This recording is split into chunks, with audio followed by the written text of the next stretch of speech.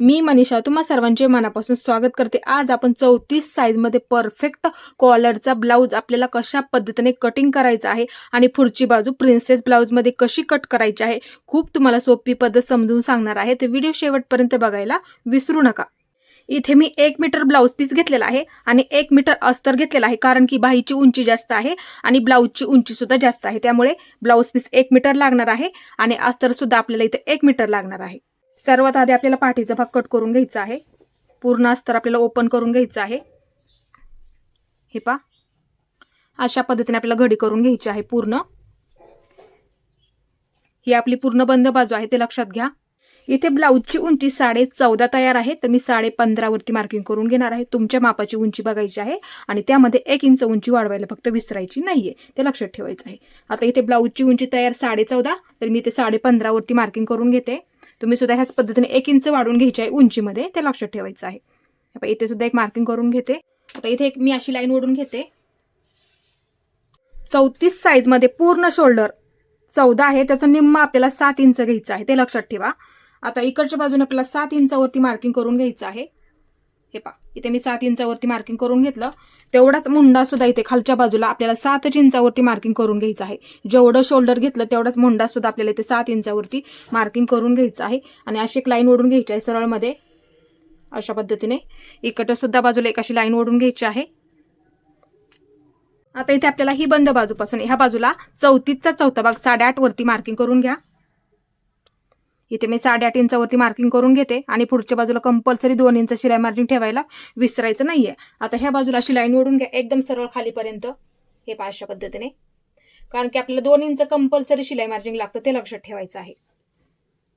आता इथे आपल्याला पाठीमागच्या मुंड्याचा आकार देऊन घ्यायचा आहे। असा बरोबर टेप पकडा, असं मध्य करून घ्यायचं आहे आणि इथून 1 इंच मार्किंग करून घ्यायचं आहे, कारण की हा कॉलरचा ब्लाउज आहे। लक्षात घ्या, आपण बोटनेक मध्ये सुद्धा अशाच पद्धतीने आकार देत असतो। नेहमीचा जर ब्लाउज असला तर आपण इथे काय करतो, कधी कधी 1.5 इंच घेतो आणि जर कोणाला घोळ चुन्या वगैरे प्रॉब्लेम येत असेल तर मग आपण 1.25 इंचावरती देतो, पण आता इथे फक्त आपल्याला 1 इंचावरती आकार द्यायचा आहे, ते लक्षात घ्यायचं आहे। आता इथे हे पहा, अशा पद्धतीने आपल्याला इकडं आकार देऊन घ्यायचा आहे, किंवा ह्या बाजूने आकार दिला तरी सुद्धा चालेल, तुम्हाला जी पद्धत सोपी वाटेल त्या पद्धतीने तुम्ही आकार देऊ शकता। आता इथे आपल्याला गळारुंदीचं मार्किंग करून घ्यायचं आहे। हे पहा, बंद बाजूपासून ह्या बाजूला 3 इंचावरती मार्किंग करून घ्या। हे पहा, असं 3 इंचावरती मार्किंग करून घ्यायचं आहे। आता इथून खाली कॉलर साठी आपल्याला 1 इंच मार्किंग करून घ्यायचं आहे। इथे मी 1 इंचावरती मार्किंग करून घेतलं। आता ह्या सुद्धा बाजूला एक 3 इंचावरती मार्किंग करून घेते आणि अशी एक लाईन ओढून घ्यायची आहे। आता इथे आपल्याला हे पहा अशा पद्धतीने आकार देऊन घ्यायचा आहे। हे पहा अशा पद्धतीने। आता इथे आपल्याला कॉलर साठी अर्धा इंच शोल्डर, फक्त अर्धा इंच शोल्डर डाऊन करून घ्यायचं आहे। हे पहा, मोजून घ्या अर्धा इंच। आता इथे पट्टीचा वापर करा, अशी क्रॉस मध्ये लाईन ओढून घ्यायची आहे, इथपर्यंत जोडून घ्यायचं आहे। इथून खाली अर्धा इंच घेऊन इथून अशी क्रॉस लाईन ओढून घ्यायची आहे। आपला इथे पाठीचा गळा पूर्ण बंद असणार आहे, इथे वरच्या बाजूला फक्त कॉलर असणार आहे, ते लक्षात ठेवायचं आहे। आता खालच्या बाजूला पाठीचे सुद्धा आपल्याला टक्स द्यावे लागतात। इथे अशा पद्धतीने पकडा, ह्याचा बरोबर असा मध्य करून घ्यायचा आहे। इथे हे पहा, आपण 2 इंच मार्किंग केलं का त्याचा बरोबर असं टेप ठेवायचा आणि त्याचा बरोबर असा मध्य करून घ्यायचा आहे। हे पहा अशा पद्धतीने। आता इथे आपल्याला पाठीचा टक्स देऊन घ्यायचा आहे। 5 इंचावरती मार्किंग करून घेतलं तरी सुद्धा चालेल, किंवा 5.5 इंचावरती मार्किंग करून घेतलं तरी सुद्धा चालेल। इथे मी 5.5 इंचावरती एक मार्किंग करून घेते। आता ह्या बाजूला अर्धा इंच आणि ह्या बाजूला अर्धा इंच अशा पद्धतीने आपल्याला मार्किंग करून घ्यायचं असतं, ते लक्षात घ्यायचं आहे। पहा अशा पद्धतीने, आणि असं त्रिकोण तयार करून घ्यायचं आहे। हे पहा अशा पद्धतीने। आता इथे थोडासा कट मारून घ्यायचा आहे, म्हणजे दोन्ही सुद्धा बाजूने आपलं सेम मार्किंग होऊन जाईल। आता इथे सुद्धा पाठीमागच्या बाजूला असं मार्किंग करून घ्यायला फक्त विसरायचं नाहीये। इथे अर्धा इंच आणि इथे अर्धा इंच ह्याच पद्धतीने लाईन ओढून घ्यायची आहे। आता हे मार्किंग आपलं व्यवस्थित झालेलं आहे, असंच हे व्यवस्थित कट करून घ्यायचं आहे, कारण की पाठीचा भाग आपल्याला पुढच्या बाजूला मार्किंग करण्यासाठी लागणार आहे।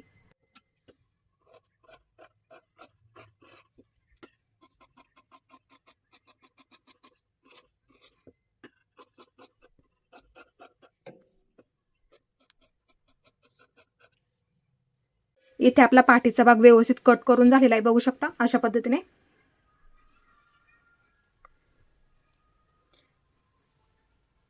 इथे आपला पाठीचा भाग व्यवस्थित कट झालेला आहे।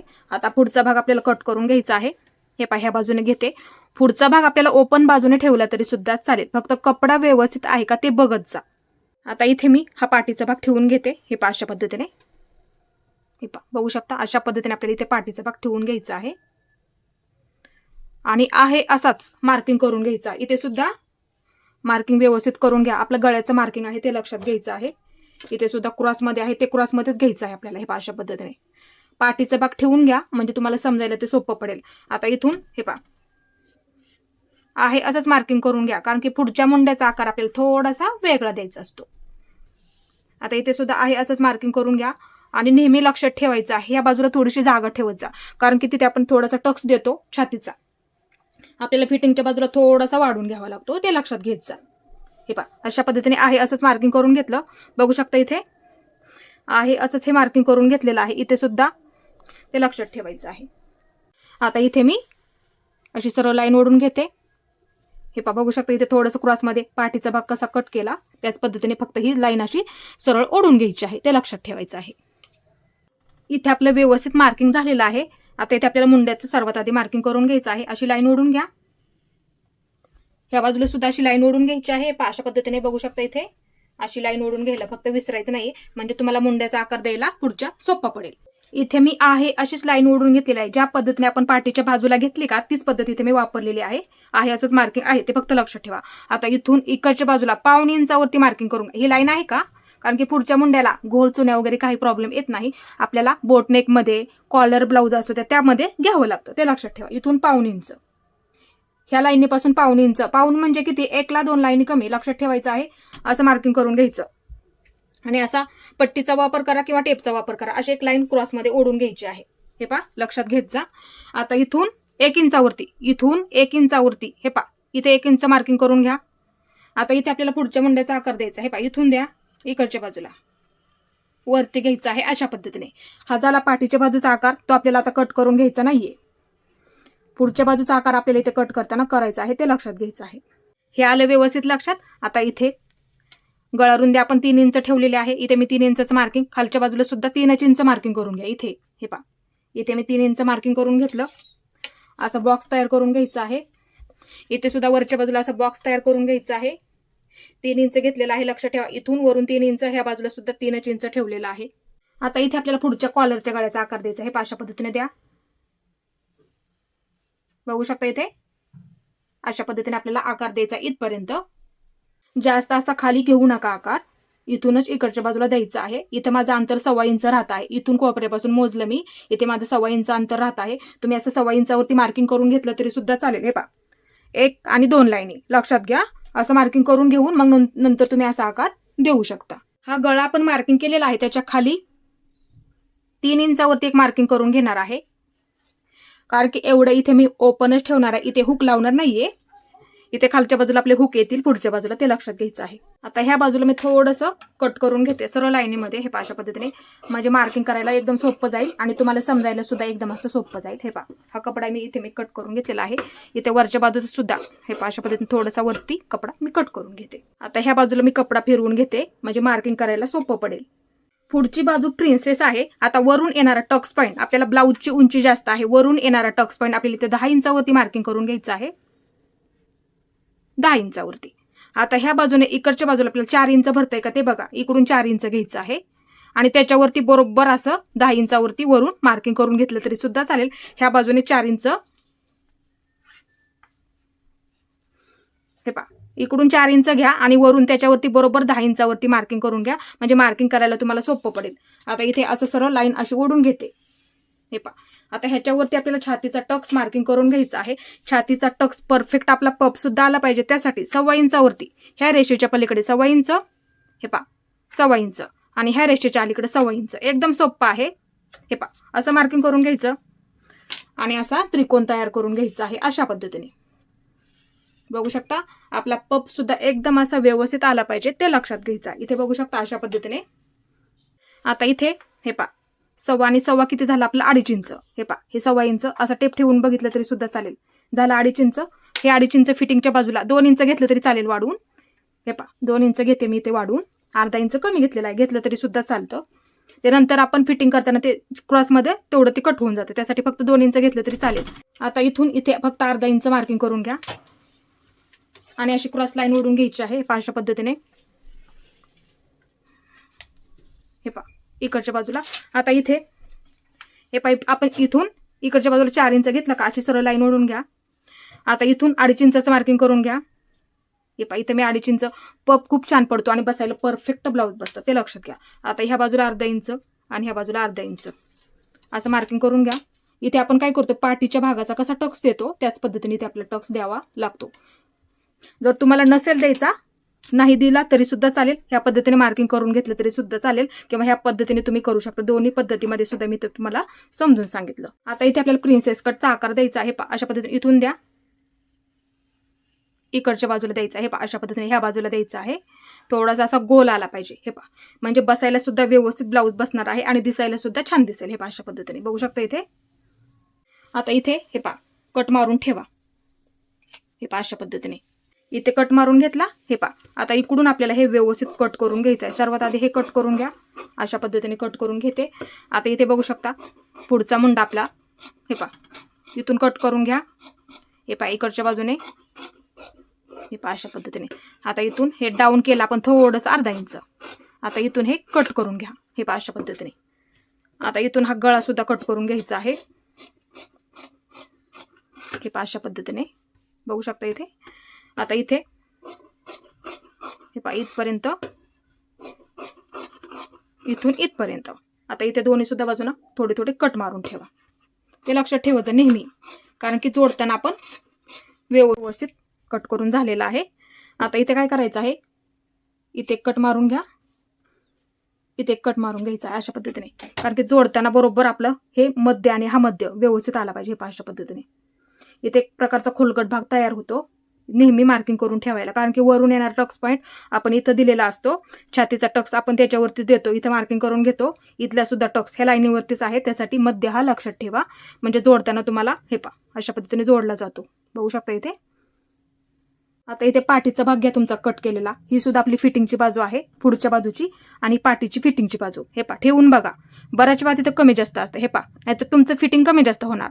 असं ठेवून बघत जा. इथे बघू शकता थोडंसं आहे, मग लगेच जेवढं आहे तेवढं लगेच असं मार्किंग करून घ्या. आणि अशी थोडीशी लाईन ओढून घेतली तरी सुद्धा चालेल, थोडीशी क्रॉसमध्ये. तेवढंच काय करायचं आहे पहा. हे पहा अशा पद्धतीने ते कट करून टाकायचं आहे. आता हे व्यवस्थित आपलं झालेलं आहे, ते बघत जा. असं नेहमी लक्षात ठेवायचं आहे, म्हणजे फिटिंग करताना आपला कुठलाही त्यामध्ये प्रॉब्लेम येत नाही.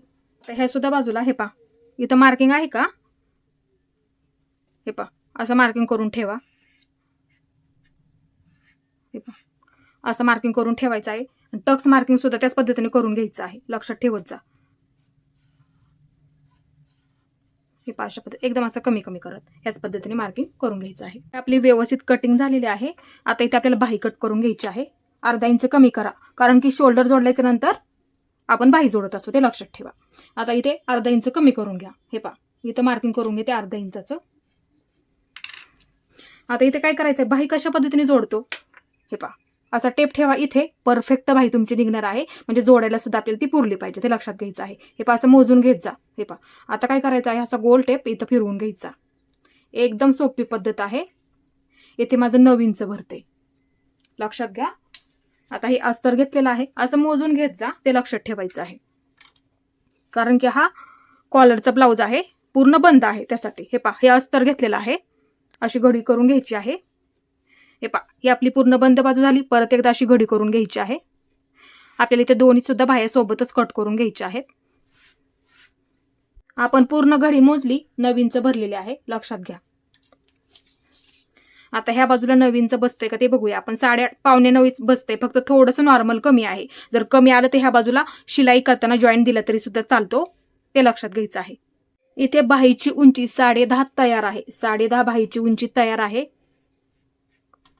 तर इथे मी 1 इंच वाढून घेणार आहे, म्हणजे 11.5 घ्यायची आहे, लक्षात ठेवा. 10.5 तयार आहे, तर मी 11.5 वरती मार्किंग करून घेते. हे पहा इथे हे पहा अशा पद्धतीने मार्किंग करून घेते.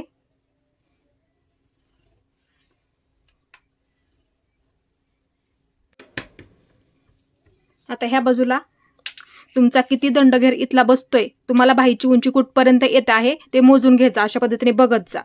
नंतर त्याचा आपल्याला दुसरा भाग काढावा लागतो. हे पहा, अशा पद्धतीने बघत जा. हे पहा, असं मार्किंग करायचं आहे. याचं निम्म बरोबर असं टाकायचं असतं, ते लक्षात घ्यायचं आहे. इथे फिटिंग 5 वरती येत आहे. इथे मी 5 वरती मार्किंग करून घेते आणि पुढच्या बाजूला कंपल्सरी 2 इंच शिलाई मार्जिन तुम्ही ठेवत जा, ते लक्षात घ्यायचं आहे. आता इथून ही आपली पूर्ण बंद बाजू आहे. बंद बाजूपासून आतल्या बाजूला 1 इंचावरती मार्किंग करून घ्यायचं असतं. हे पहा, 1 इंच घेतलेलं आहे, लक्षात घ्या. इथे मी 2 इंच जास्त ठेवलेलं आहे, ते सुद्धा लक्षात घ्या. आता ही पूर्ण आपली ओपन बाजू होणार आहे. हे सुद्धा ओपनच होणार आहे, ते लक्षात ठेवा. आता इथून खाली 3 इंचावरती, कारण की बाहीची उंची जास्त आहे, त्यासाठी वरून येणारं माप आपल्याला इथं 3 इंचावरती ठेवायचं आहे.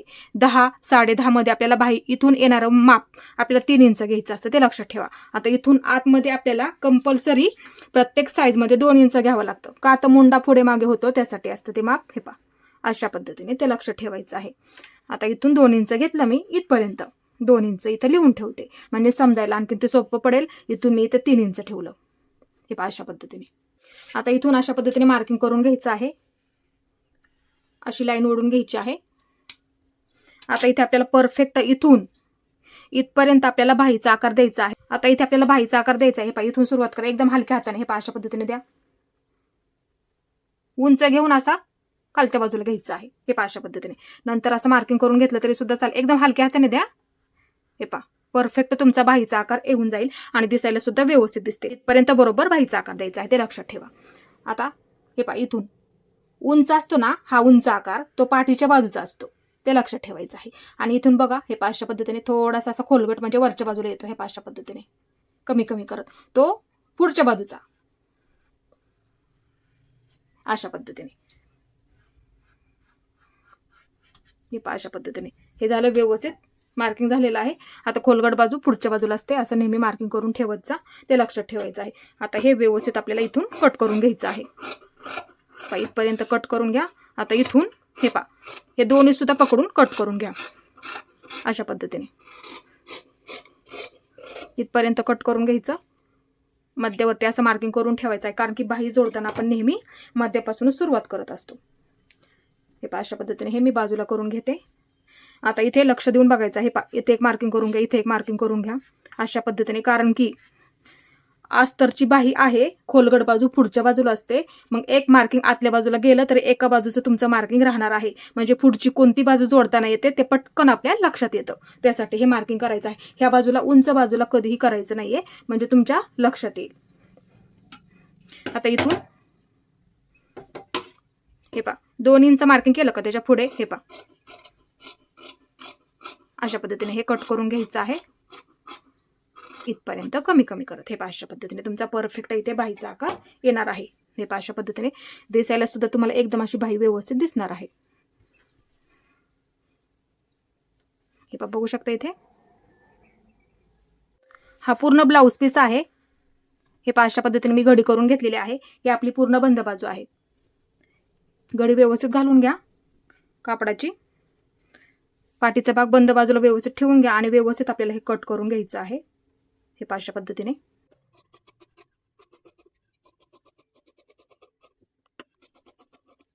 आता इथे मी बाही कट करून घेणार आहे. डबल कपडा आहे. मार्किंगची खोलगट बाजू ह्या बाजूला ठेवून घेते अशा पद्धतीने, आणि इथे एक बाही मी कट करून घेते वरच्या बाजूला, कारण की इथे मधून कट करून मी पायपिंग करणार आहे. आता ह्या बाजूची हे बाई खोलगट बाजू आतल्या बाजूला घेते, अशा पद्धतीने ठेवून घ्यायचं आहे आणि व्यवस्थित कट करून घ्यायचं आहे.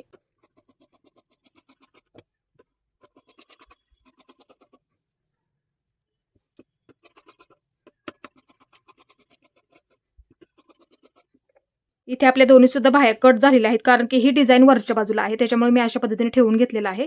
बघू शकता हे ओपनच आहे, इथे सुद्धा हे ओपनच आहे. हे पहा, अशा पद्धतीने दोन्ही बाजूच्या 2 बाह्या इथे मी कट करून घेतलेल्या आहेत.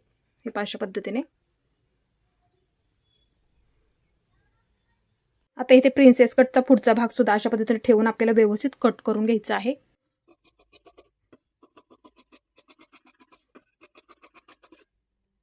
इथे आपला एवढा ब्लाऊज पीस राहिलेला आहे, मी त्याच्यावरती बरोबर असा अस्तर ठेवून घेतलेला आहे आणि हे व्यवस्थित कट करून घ्यायचं आहे.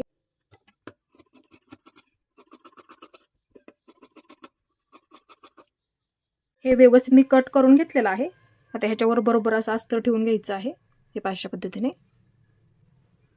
पुढच्या बाजूला लावण्यासाठी कमरेला पट्टी लागते, आपल्याला ती 1.5 इंचाची काढावी लागते. हे पहा, जेवढी लागते तेवढी इथे काढून घ्यायची आहे. अशा पद्धतीने कट करून घ्यायची आहे.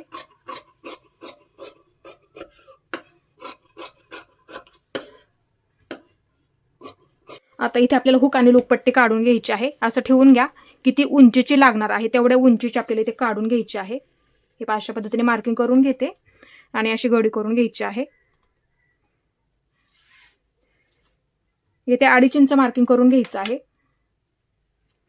हे पहा, इथे मी 2.5 इंचावरती मार्किंग करून घेते. इथे सुद्धा मी 2.5 इंचावरती मार्किंग करून घेते आणि पट्टी कट करून घ्यायची आहे. हे पहा, इथून सुद्धा मधून ही पट्टी कट करून घ्यायची आहे. अशा पद्धतीने. इथे आपल्या दोन्ही सुद्धा पट्ट्या व्यवस्थित कट झालेल्या आहेत. इथे आपला पूर्ण ब्लाऊज व्यवस्थित कट करून झालेला आहे.